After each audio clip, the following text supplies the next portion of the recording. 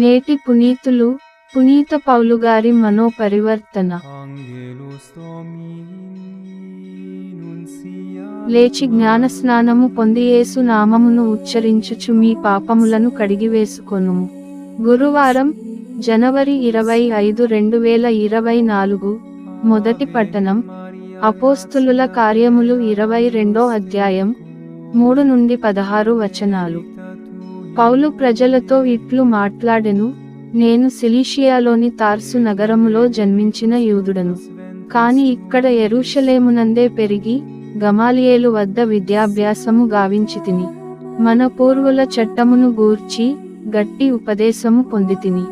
ఈనాడు ఇటనున్న మీరందరును దేవునకు మిమ్ము మీరు అంకితము కావించుకొనినట్లే నేనును నన్ను అంకితము కావించుకొంటిని. ప్రభు మార్గమును అనుసరించిన ప్రజలను మరణము పాలగునట్లు హింసించితిని. స్త్రీలను పురుషులను పట్టి బంధించి వారిని చెరసాలలో పడవేయించితిని. ప్రధాన అర్చకుడు, విచారణ సభలోని సభ్యులు అందరూ నేను చేసిన దానికి సాక్షులు. నేను వారి యొద్ద నుండి దమస్కులో ఉన్న సోదరులకు ఉత్తరములను తీసుకొనివచ్చి యెరూషలేములో శిక్షించు నిమిత్తము ఆ విశ్వాసులను బంధించి తీసుకొని వచ్చుటకై నేను అటకు వెళ్ళితిని.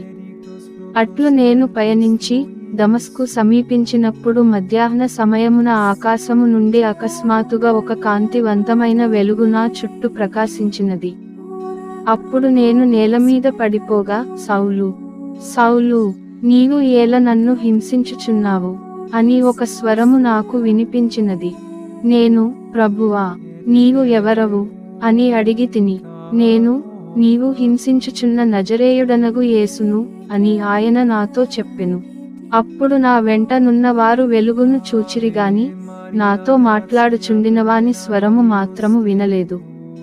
ప్రభూ, నేను ఏమి చేయవలెను అని ప్రశ్నింపగా ఆయన, లేచి దమస్కు పురమునకు పొమ్ము. నీవు ఏమి చేయవలెనని దేవుడు నిశ్చయించెనో అదంతయు అక్కడ నీకు తెలుపబడును అని నాతో పలికెను. కన్నులు మిరుమిట్లు గొలుపు ఆ కాంతిని కాంచుటచే నేను ఏది చూడలేకపోతిని. అందుచే నా సహచరులు నా చేయి పట్టుకొని దమస్కులోనికి నడిపించుకొని పోయిరి. అచ్చట మన ధర్మశాస్త్ర విధేయుడు అననీయ అను ఒక భక్తుడు ఉండెను. యూదులందరూ అతడు మంచివాడు అని చెప్పుకొందురు.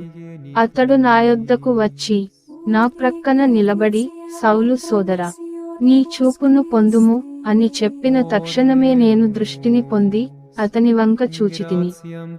మన పూర్వుల దేవుడు తన చిత్తమును తెలిసికొనుటకు, నీతిమంతుడగు తన సేవకుని చూచుటకు, తన సొంత స్వరముతో చెప్పదానిని వినుటకు నిన్ను ఎన్నుకొని ఉన్నాడు.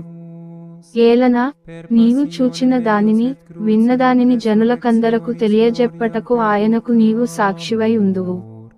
ఇక ఆలస్యమేలా, లేచి బప్తిస్మము పొంది ఆయన నామమును ఉచ్చరించుచు నీ పాపములను కడిగి వేసికొనుము అని ఉపదేశించెను. ఇది ప్రభువు వాక్కు.